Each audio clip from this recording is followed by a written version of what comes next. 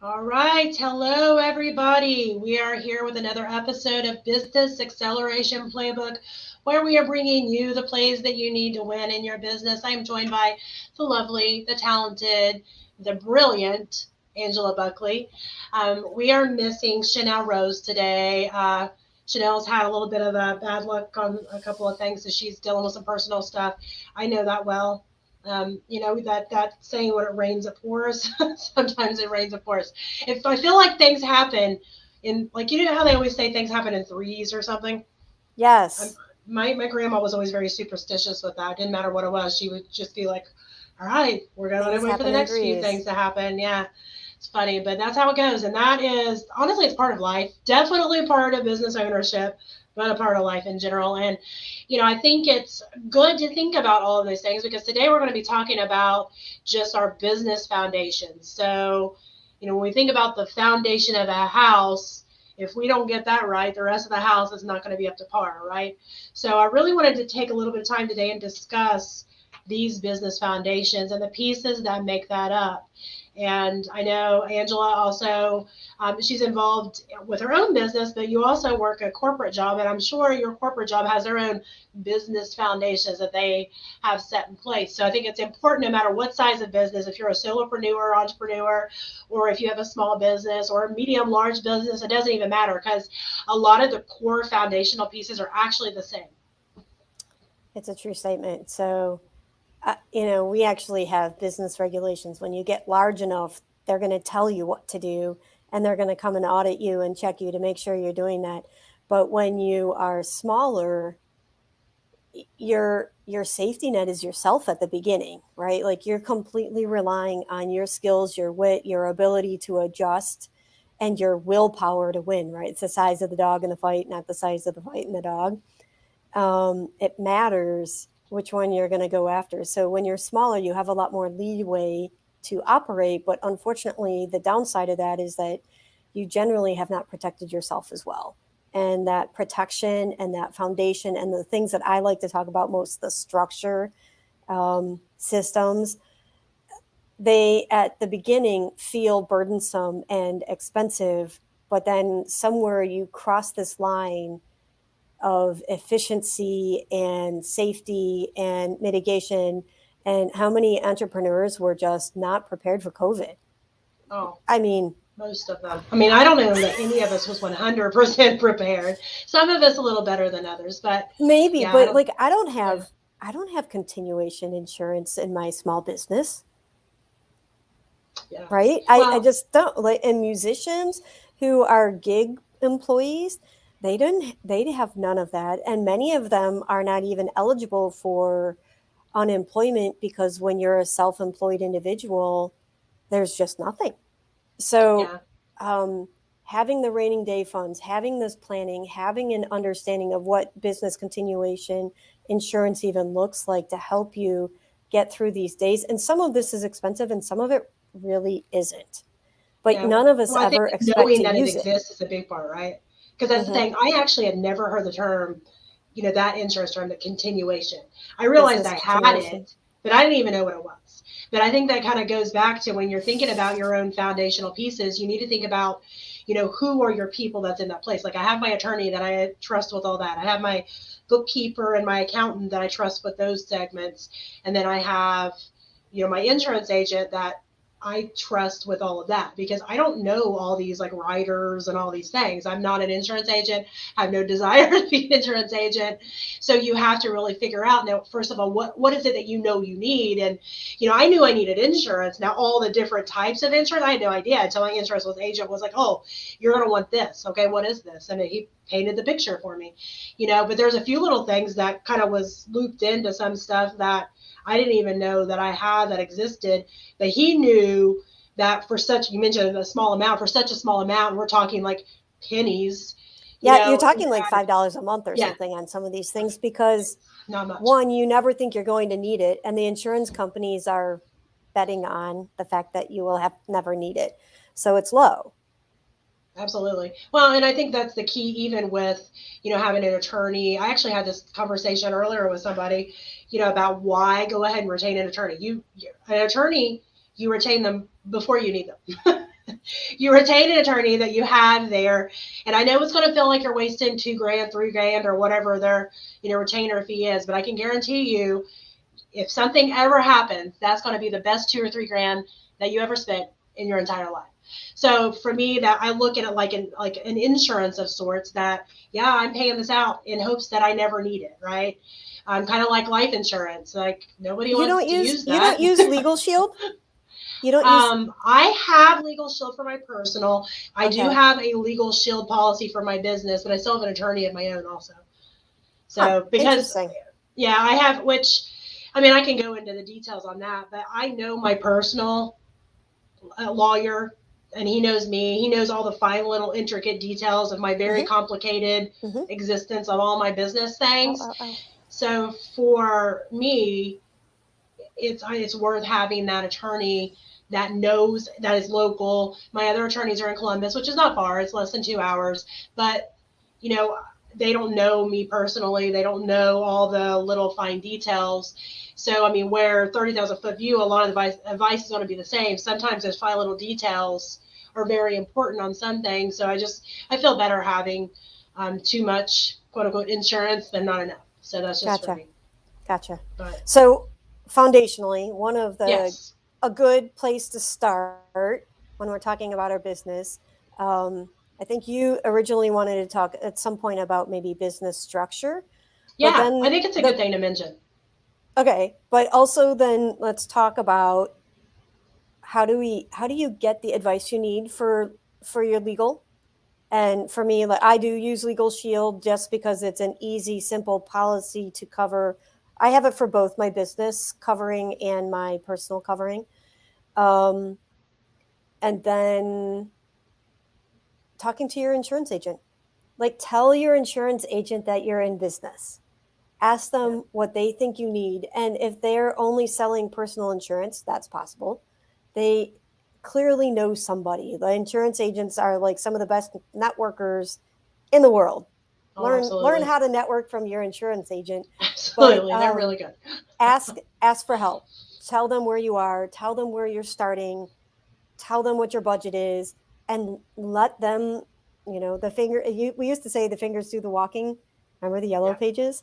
But let them do some of that work for you and help and give you some of those suggestions and quotes and guidelines. You don't have to do all of this yourself. I think maybe that's the biggest thing, even as a solopreneur, that we could learn, is that the help is out there. You simply have to put yourself out there and ask the questions. Absolutely. And I think a lot of people, I know when I first started looking for insurance for my business, I didn't even think of my insurance agent, because he handles our house, our farm, our cars, but he's an independent agent, so he does lots of different companies. And I honestly just kind of like Googled basic business insurance and was like covering different things like that, until I just happened to think, oh, I would love to move that more local. Let me see what he can do. And he looked at it. I was overpaying because I'm not an insurance agent. I don't know what I need. So I'm like aiming way up high. So he's asking me these questions like, well, what would it cost for you to replace this? And I'm giving the numbers. What would it cost for you to replace this? So he's adding it all up. And I had 10 times the amount of insurance that I needed. So I think, again, it's important to ask these people that are in that industry, because, I was way overpaying on stuff and didn't even realize it. And, I do want to, let's go ahead and, you mentioned structure. I do want to talk about structure only because we're talking about insurance, we're talking about legal and all the things too. And sadly, a very common mistake that I see happening with especially solopreneurs, like entrepreneurs, is that they have their business and their personal finances and structure completely smashed into one. Like, they don't have a separate entity, right? They don't have the LLC or an S corp or all that. And I'm not going to get into what you need because I don't know your personal situation, but I can tell you I've started all of mine as an LLC just because that's what I was more comfortable with and what met my needs. But, there are other options out there for you. But the key is that you want to separate it, because, you got to think, always be in the back of your mind thinking liability. And if for some reason something ever happens within your business, no matter what type of business that you have, if you don't have your personal assets and finances separate from the business, if they sue your business, they also sue you. Yes. So, and that's terrifying when I see people that I'm like, okay, well, what do you have, an LLC and an S corp? I don't have neither. And it just like my heart, like it drops. And I just want to have a mini heart attack for them because that is so risky. And I mean, I know, Angela, you have a son, I have children. You know, the most terrifying thing that I can think of is to have everything that we have taken away and all of a sudden I have nowhere to go and nothing to do anything for my children with. For my children, right. Exactly. Yeah, for my child. If it was just me, yeah, it would suck. I could figure out something. I'm pretty resourceful. But when you have people you're responsible for, right, that's where it gets, you know, obviously more concerning. But, you know, I do think that's the very bare minimum. And, you know, some people have their attorney go ahead and set it up. If you want to do that, that's completely great. I did go ahead and set up my own just with Secretary of State, got my own EIN from the IRS, and then, you know, just gave it to my accountant and my attorney so they could, you know, do their magic because it wasn't difficult for me to do that. But some people get kind of nervous with that. So if you want to have your attorney do that, that's completely fine as well. Did you do your own too? I did my own the first time. And then you had somebody do it the second time? Yeah, it's just like simpler. Yeah. I don't know. Yeah, well, and I don't think there's a right or wrong on it. Well, I think part of growing up is hiring people to do their thing in their world of expertise. Mm-hmm. Yeah, I don't know. I definitely grew up Midwest, do everything yourself, big time do-it-yourselfer. But at some point, there's value in letting people do what they're good at. Oh, absolutely. Absolutely. I do. Only reason I like to tell the point that I did set my own myself is because that's one big hang up that I hear from people. Well, I don't have enough money to go ahead and hire an attorney to go ahead and get my LLC, you know, incorporated. And I know there are places like SCORE and some different places that can help you, you know, walk through. There may be other nonprofits in your area that'll help you do those things that have experts on staff. I know I'm in Ohio. Angela's in Ohio. The Secretary of State of Ohio is actually super straightforward and self-explanatory. The first time I ever did, I was actually on the phone with them. I'm like, okay, what do I click? What do I do? And they walked me through all of it. But I have heard some horror stories from other states that is a lot more difficult. So when I'm saying it wasn't hard, I'm saying for the Secretary of State in Ohio, it was actually pretty simple. A few of the other states seems to be a little more complicated. But I would start with, if you don't have any dollars, I would start with looking at SCORE or some other places that have experts that volunteer that kind of do it pro bono, and even calling your own Secretary of State, because like I said, the first time, that's who walked me through it. Yes, and your Chamber of Commerce. Yes. Never forget and never underestimate the value of the Chamber of Commerce in your local area. They're super helpful. And again, it's the same thing with the networking and talking to your local favorite state insurance agent. I don't even like insurance agents that much, but I sound like I'm supporting them today. But they're just a wealth of information. They really are. They're in their service to help people. They're in their service to really protect you, help you protect yourself. And so I appreciate the service that they render. But well, and I think it's like anything else. A lot of, you know, specific industries get bad names. Like attorneys get a bad name for being sleazy. My attorney is definitely not. You know, he's the most moral person that I've ever met. But, you know, sometimes some of these industries kind of get bad names because, you know, there's bad eggs in every dozen, I guess. But no, I mean, I think it's important to kind of mention. So step number one, I would say, for getting your business foundation, you know, firm and solid the way that you need it to be, is to make sure that you establish a business entity. I would definitely, in my opinion, that's number one. Before you do anything else, you need to do that, because that's from day one, separating it from your personal, you know, assets and liabilities. So that would be my number one. I don't know. Would that be your number one too? I might start with, like, what am I going to be in business for? Like, who is my customer? I might even go back a step, but because in order to do that, you have to have a name and you have to do all the other things. And I wish I had some advice on identifying my market and how my offering fits my market and understanding all of that before I picked a name. Yeah, no, I get that. I think that for me, in my mind, that's one of those things, like what comes first, the chicken or the egg, because, you know, when you're sitting and you're figuring out your target audience, that changes a lot typically from when somebody first starts. I've rarely seen it stay the same. From where they first start, because you kind of hone in on not only your skills, but what the needs are You can always go back and do a name change. It could be complicated or whatever, but you can also, one thing I've done in the past is add a DBA. If you've got a good solid, there was a reason typically you pick that name to begin with. And if it's a good solid structure of a name, you can always add a DBA. Again, in the state of Ohio, that's only a $25 fee to add a DBA, which is doing business as, if you decide to come up with a specific name that you want to be known as. So, I mean, I see what you're saying. I think it's one of those things that's, I could see it both ways. I think the only reason that me personally would probably say business structure first is if you're sitting and doing all those things, you may end up needing help outside, especially if you're paying dollars.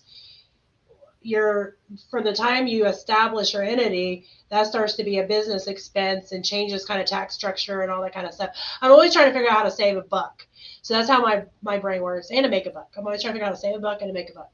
Mm-hmm. But I do understand what you're saying, because you also want to think about why you're getting in business in the first place, because I've helped start lots of businesses with people. And I can tell you one hard, fast rule that I will pull out and not want to be involved at all is if the answer to the reason that you're getting in business is to make money. Oh, yeah. Because yes, we all need to make money in business. And I get that, and if that's a reason that you want to make some money somewhere in the world of it, fine. If that is the reason, and I ask you again, that's the reason, you can't give me another reason, you're not ready to start a business, because I can promise you're going to be very upset very quick. Unless you're one of the lucky lottery winners that somehow hits the ground running and makes the dollars right away, you're typically not going to for a while. And I see a lot of people that have that as their reasons fall on their face very quickly and end up, wasting a lot of time and money. And, it's actually disheartening when they could have figured out something that they loved, a passion, right? Something that, you want something deeper than, hey, I want to make money. That should just be kind of the icing on the cake. If you build it, they will come, right? Like if you've built a good service organization, if you are delivering a good product, the money will come with it. Absolutely. Absolutely. So I think that I love that. I think you could go both ways on that one, but I do understand why you're saying that. I would say for me, this is where it really gets hard for me. I can't decide. I actually would say even on an attorney and an accountant / bookkeeper, which I started out with just an accountant, but now I have an accountant and a bookkeeper because my stuff's complicated. But I would say that is even. I can't decide which one is more important. I can tell you that I made the mistake early on of trying to do my own books the first year, and that was the most expensive fix that I've ever had to pay. To pay an accountant to forensically go back and through an entire year where you kept the books, wink, wink, and really your books for me, it was like a glorified check register, because I am not an accountant by any stretch of the imagination. That was a very expensive lesson for me. And I think for me, that is even with the need to be able to protect myself legally. I don't know. What about you? I'm a little more number savvy maybe than you are. So 100%. I would go legal every day before accountant. But I also don't have, you have a lot more coming in and going out, and I'm very much online service, right? Yeah. But buy my product online. The accounting is pretty straightforward at this point. It's employees is where it gets super hard. I have two businesses. I would hire payroll, right? So there's different ones. There's even fractional accountants that are available. Yeah. I would hire out payroll if I was going to bring on employees. Right now, I just contract people to do different parts. That's a good way to, that's what I did. That's what I still have people that I contract in for certain things. Not everybody I have as an employee, but I do have employees for 2 of my businesses too. But, that's where it starts to get, for me, especially super complicated, because I don't like you love the fine details and stuff. That's where I'm like, I just want 30,000 foot view. And there's no such thing as 30,000 foot view when you're dealing with accounting, when you're dealing with, taxes. especially like withholding and all the things. There's taxes. I didn't even realize all the taxes that existed before I had employees. And I'm like, wait, so I pay the employees and then I pay taxes because I pay the employees, but then I pay taxes because I sold this over here. But then they pay taxes. You pay that insurance tax for having an employee for their unemployment potential. So you're sitting there like adding up all the times they're taxing you for that one person, and it's like, it's kind of one of those things that I tell people. If you can hire in another company, if you're not the type of business that needs employees, like if I had it to do over with Reset specifically, I can't get by with my cafe because obviously those have to be W-2 employees. But if I had it to do over with Reset, because it's too late now, I'm already on the radar, so there's no way. Like I'm on the radar, I've already had employees. It's a lot harder to go backwards and go only contractors. It is. My accountant has shown, I don't know, maybe there's accountants be like, no, it's not. But my accountant has told me that it's going to be hard to go backwards on some of the things. But if you're going to do it during COVID's the time. Yeah, maybe. I don't know. Because maybe that's something to bring out with him again. But I have. The question is, three. Right, we have this conversation frequently because we move people from contract to employee and back, even in large corporations. Do you control their location? And do you control their hours? So if you say, here is the project, deliver it, they can be a contractor. If you say you must show up from 8 to 5 and sit at this desk, then they're an employee. So for example, at the vault, they must be there to serve coffee from 12 to 4, right? Or whatever your hours are. Yeah. They have to be there. That's clearly an employee. If someone is delivering some sort of project deliverable, as long as it's done by Friday at noon, you don't care if he crashes the night before or if he gets it done on Monday and takes the whole week off. So where I think my accountant said it started to get iffy is I have 2 people that are local. They're not put on hours still, but because they come, they use my equipment. I don't remember. Something about using my equipment and showing up at my location that would make it kind of iffy. Even though I don't say. The question is, do you require it? No, I don't require it. It's up to them. They can work from anywhere. But, they show up, and that was where he was concerned with going backwards. But I don't know. I think it's one of those things. A lot of that kind of stuff is going to also depend on your own accountants, how comfortable they are with taking a risk on something. Defending decisions. Yeah, exactly. So, he may be a little more like, it's not even worth this little bit over here to even worry about it. I don't know. Again, I think that's why it's important to trust who you're talking, because I take his word for it. Yeah, there's probably a bunch of ways to do it, but he says, this is the way we're going to do it. I'm like, okay, so that's what we do. But, I do think that is, again, why it's important to have somebody that is a specialist in that industry, because I don't know.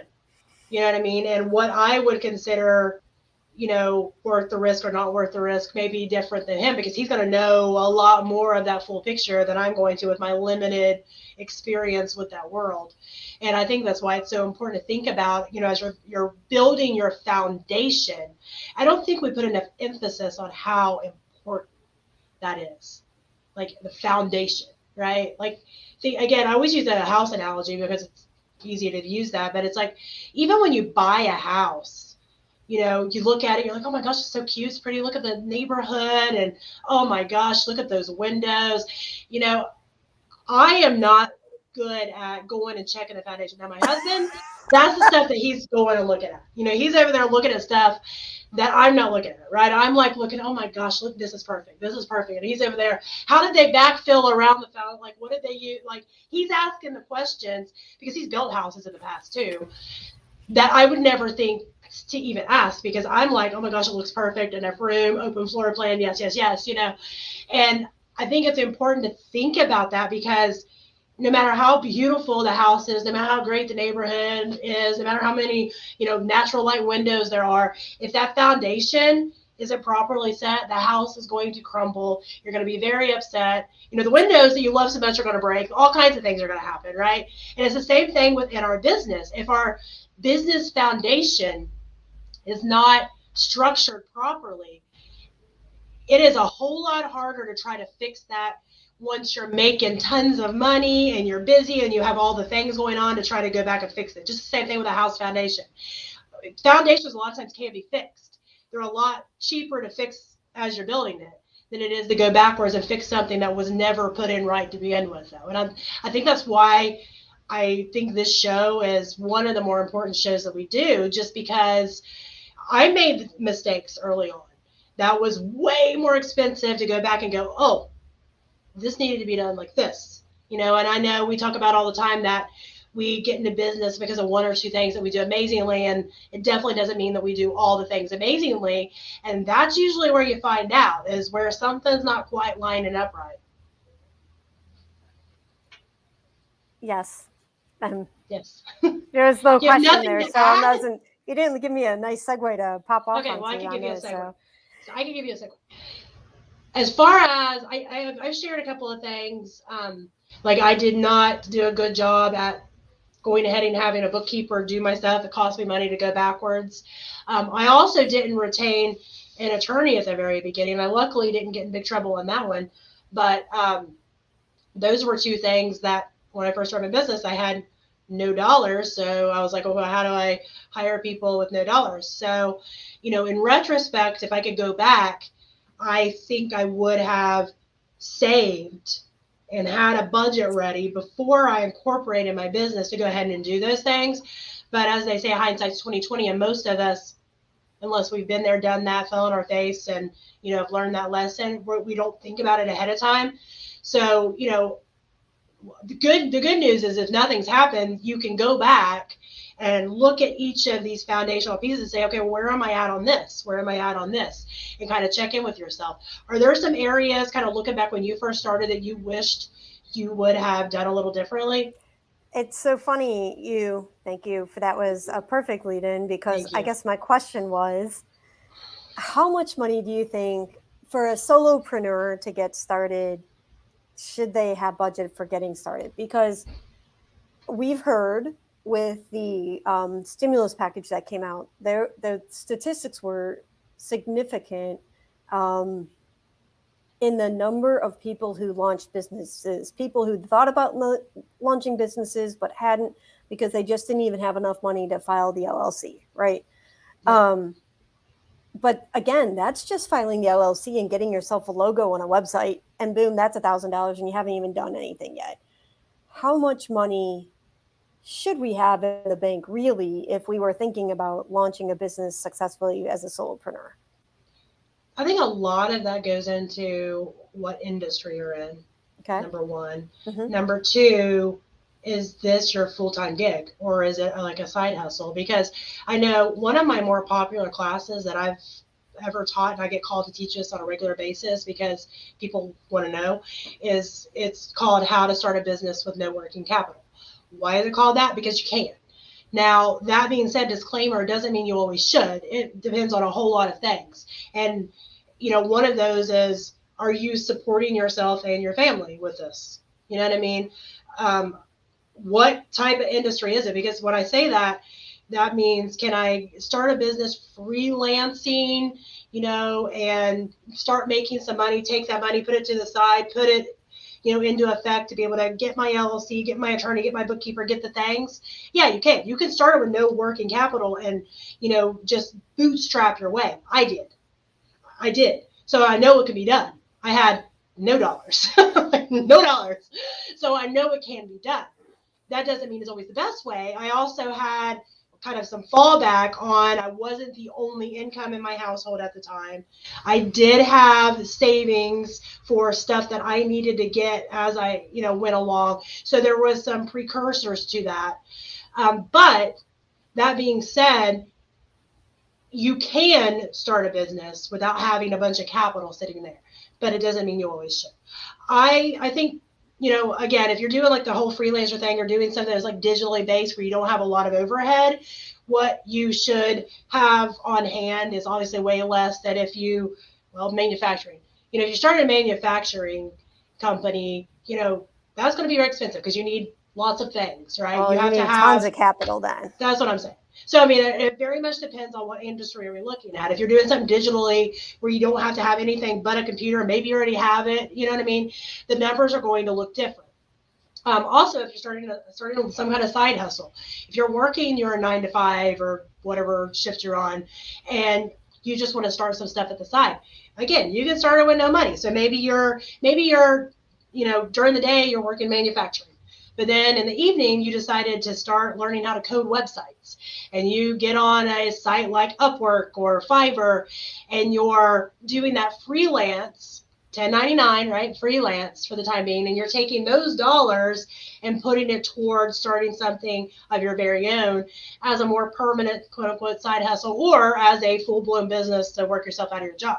There are ways to do that, and, a lot of times you can do that without buying anything, because a lot of the things you can do a lot of things with things you already have. Most people have a laptop or a computer.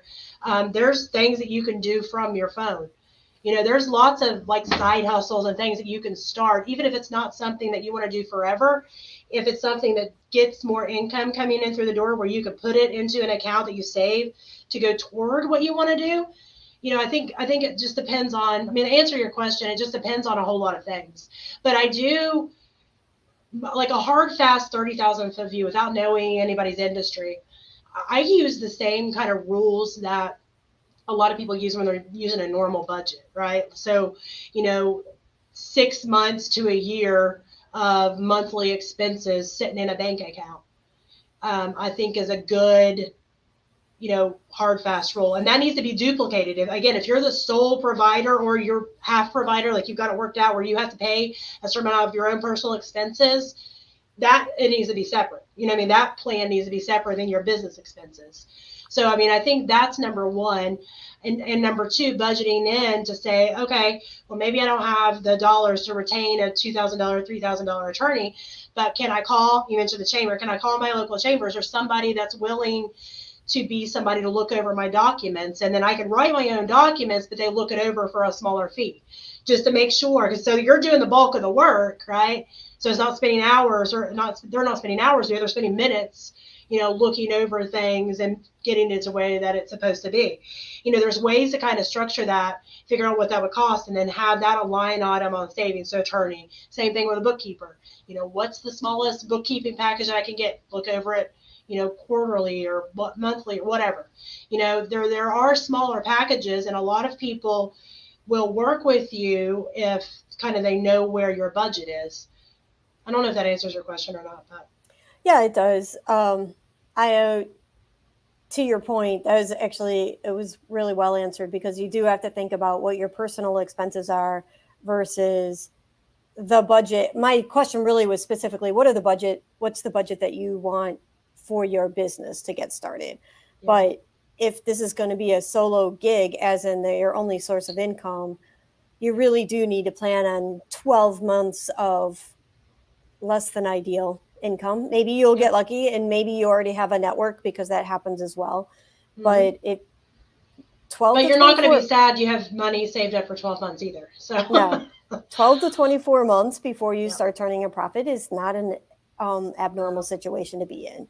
So, and I say 6 to 12 typically with business, because it's, especially when you're first starting out, it's going to be hard to make those dollars. So again, going back to that whole freelance thing, working freelance, taking those dollars and putting it into kind of a fallback account, I think is a good idea to be able to have something to fall back on, right? Because even when you start making money, there is a lot of times where customers and clients are slower to pay than you need them to be.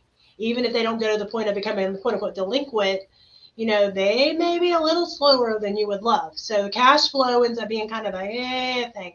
So having that money sitting there where you can kind of cover your expenses that needs to be paid while you're waiting on a payment to come in, is a great idea. I have one client in particular. I have my system set up on a monthly, net 30, right? Like most people do.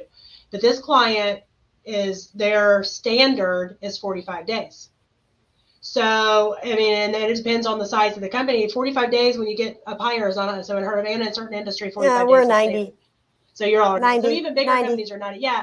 And I honestly, I had another client, this has been 2 years ago, they were on a 90. So Yeah. it just depends on what you have. So you have to sit there and think, because your expenses are going to come every month, no matter what.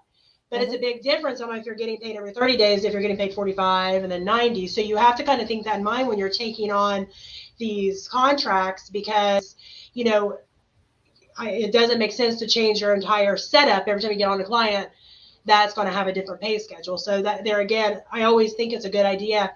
I always say minimum of 6 months, 6 to 12. If you can do more than that, great. But realistically, for a lot of super small businesses and entrepreneurs, that 6 to 12 months is usually about what is a doable amount. Yeah, I agree.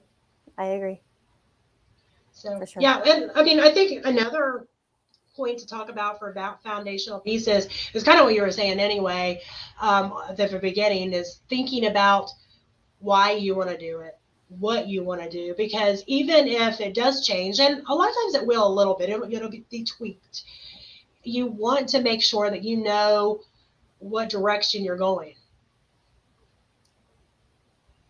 Well, that's true. So, I mean, listen, last week, Chanel told us that she was also going to do her Friday face.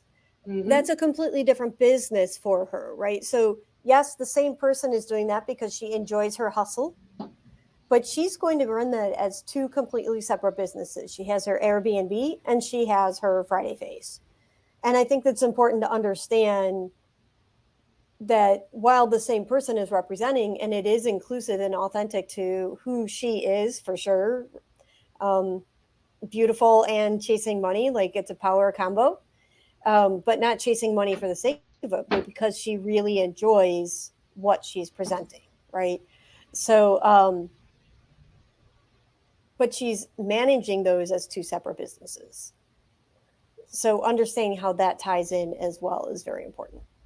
Absolutely. Well, and I think a lot of times you have to figure out how to segment things off.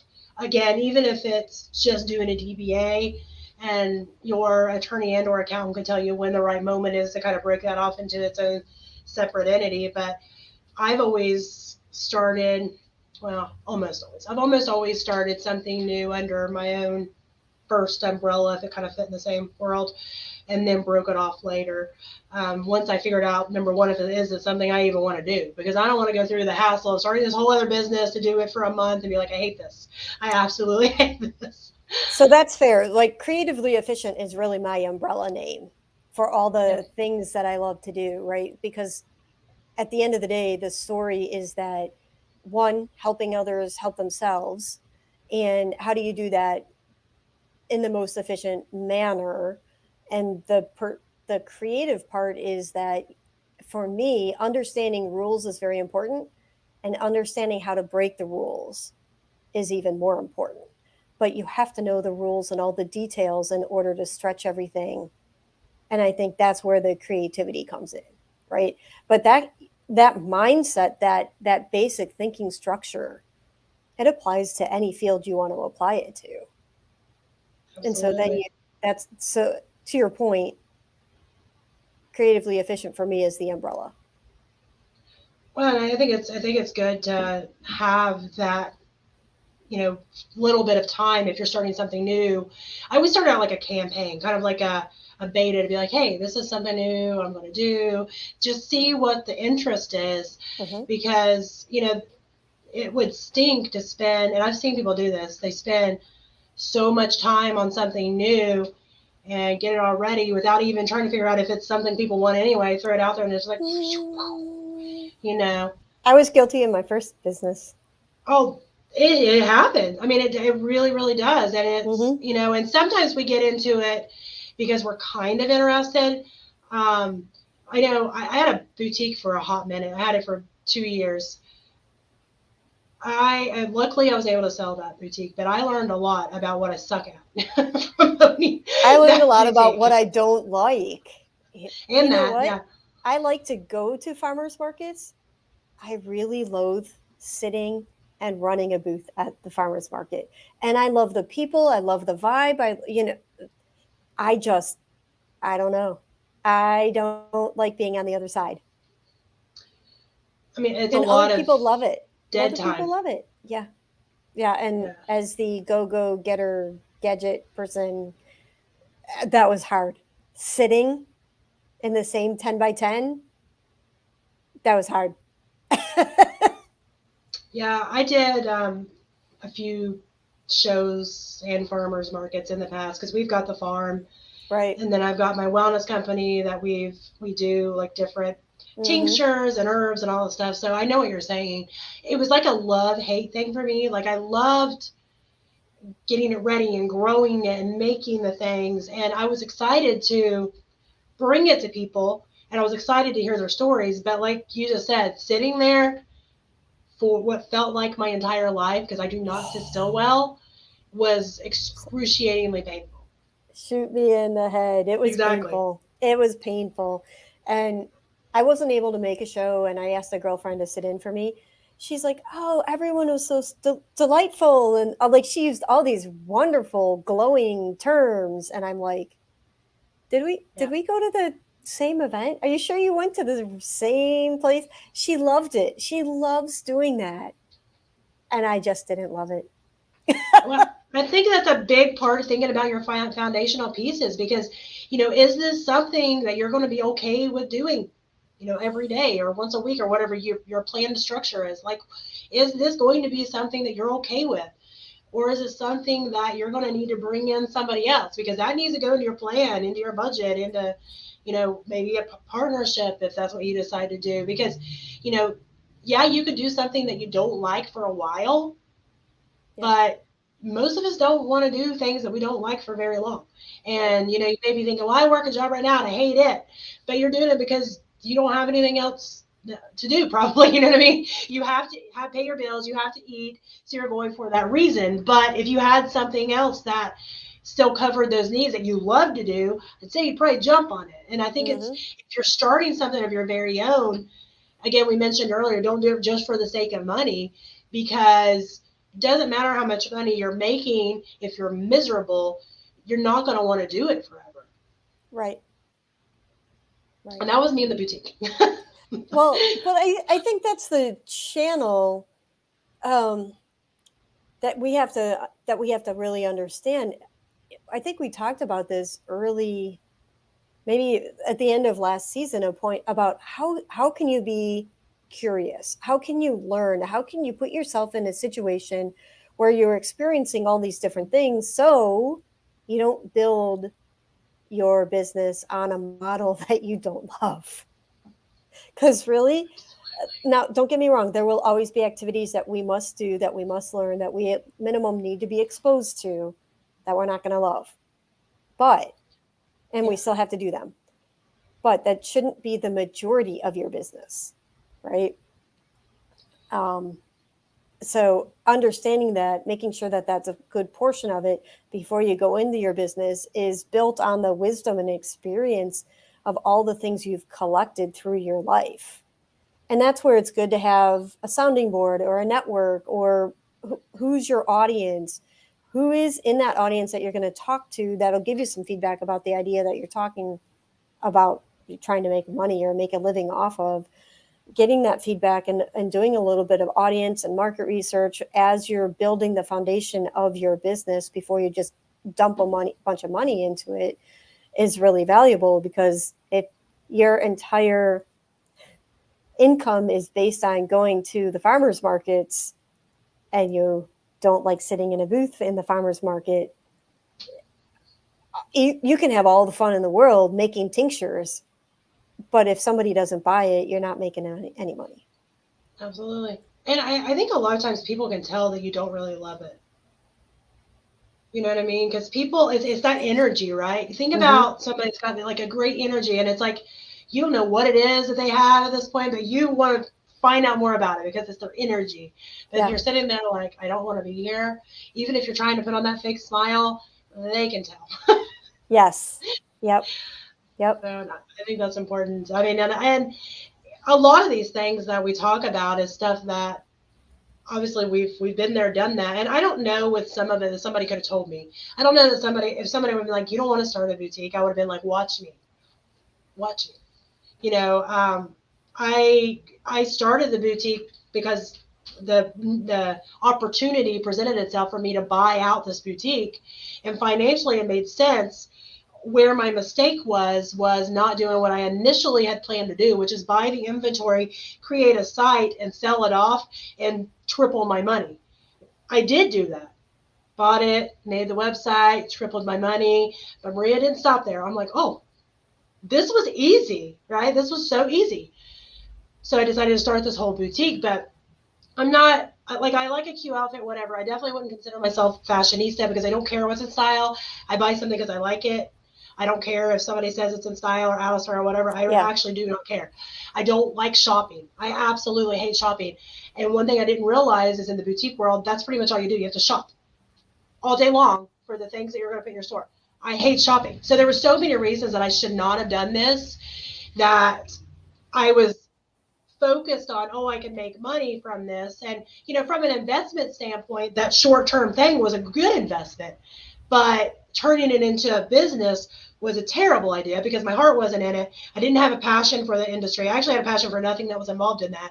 I ended up doing it because I was able to make good money doing it. So, you know, I think, you know, saying that, I just want to kind of point that out there. That's when I say doing something for the sake of the money, it doesn't work. It's because it just doesn't work. Because, you know, I've sold it to somebody else. They were able to do more than I was able to do with it. I was killing myself and I was doing decent, but I wasn't doing it to its not even close, not even half potential, because my heart wasn't in it, because I don't know that industry well. I didn't care about that industry well.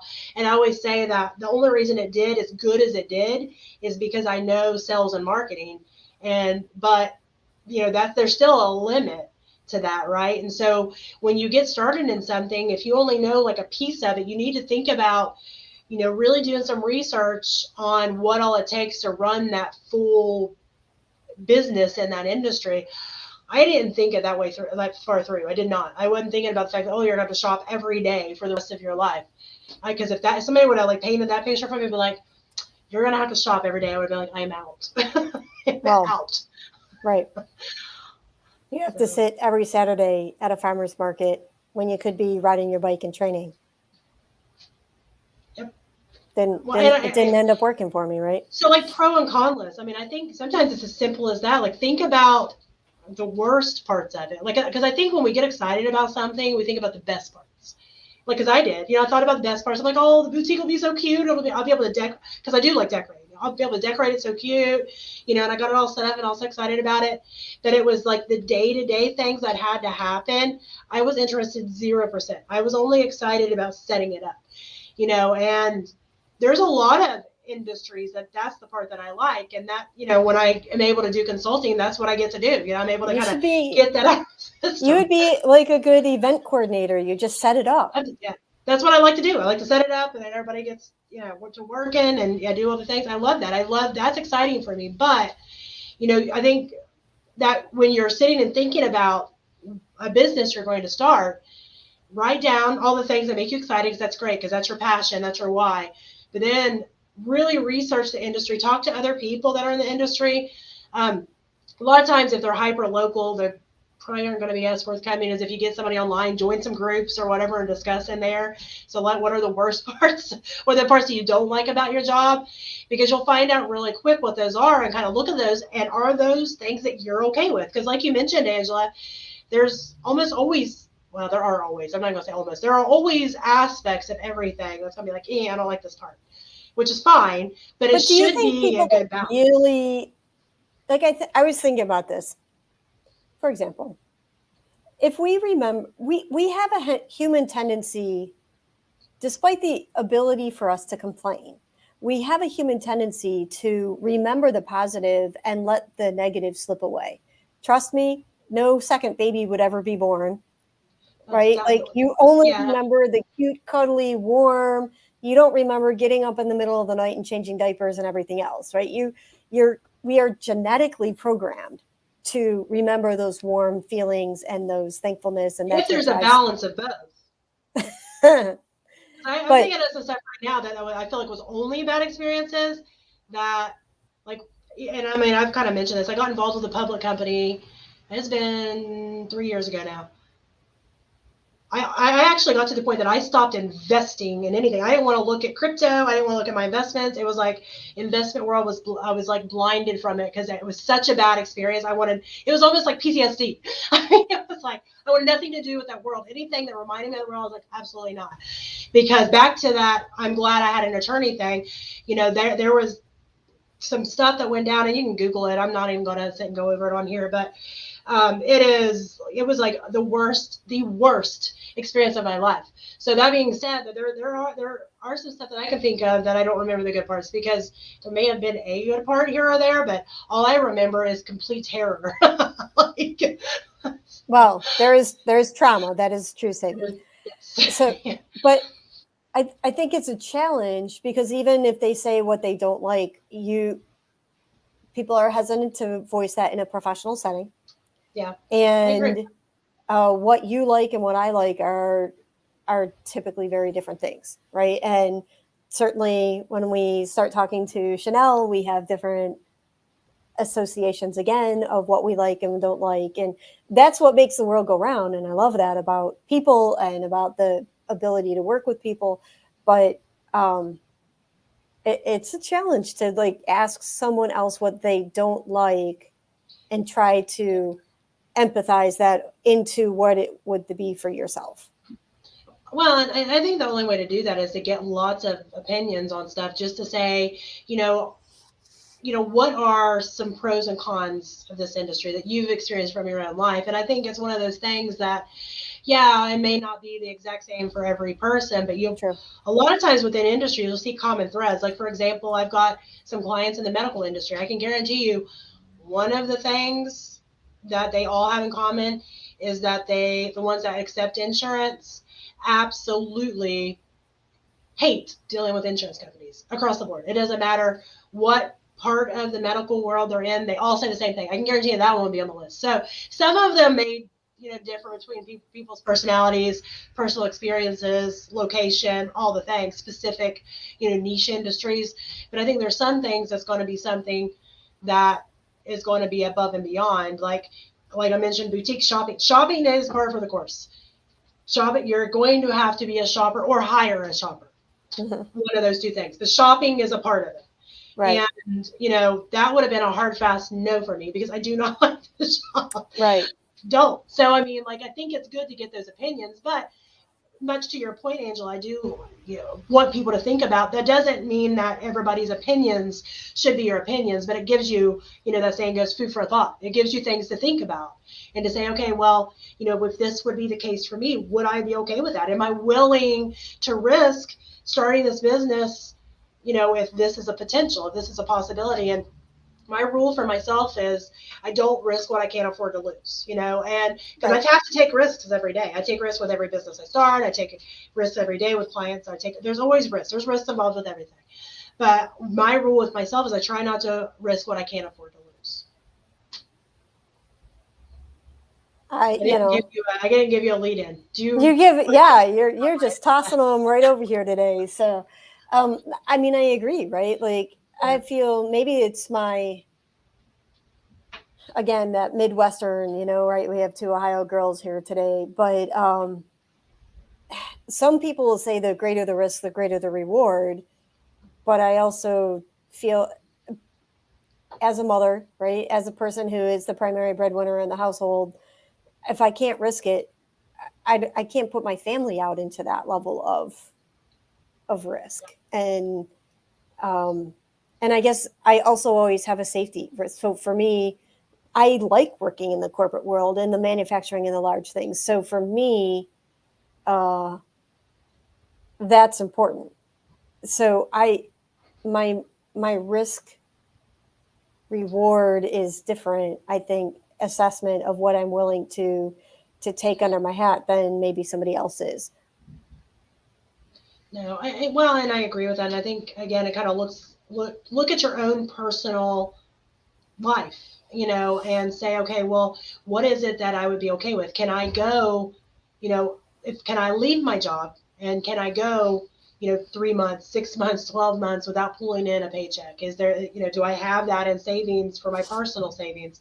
Do I have that budget saved up for my business, that if I don't get invoices paid on a regular basis, that my business isn't dead in the water.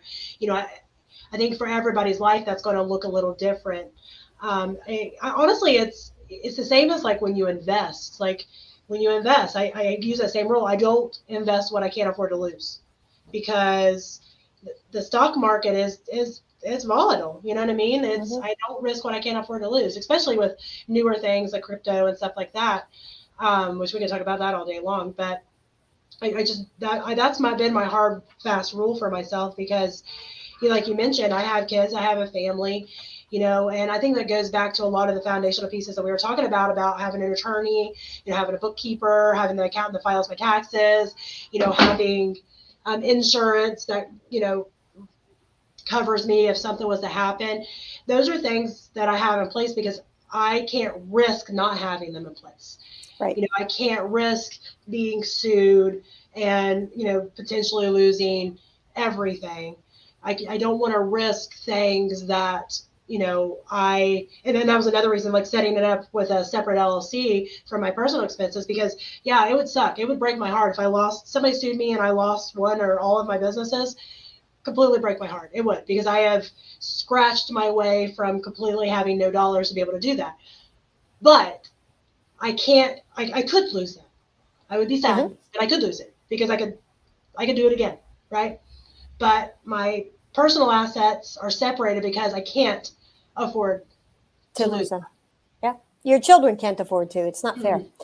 So I just wanted to summarize really quickly. If you're looking for some of the things that we talk about, you can find us in our Facebook group, Reset Business Consulting, right? That's a page. Well, we are actually...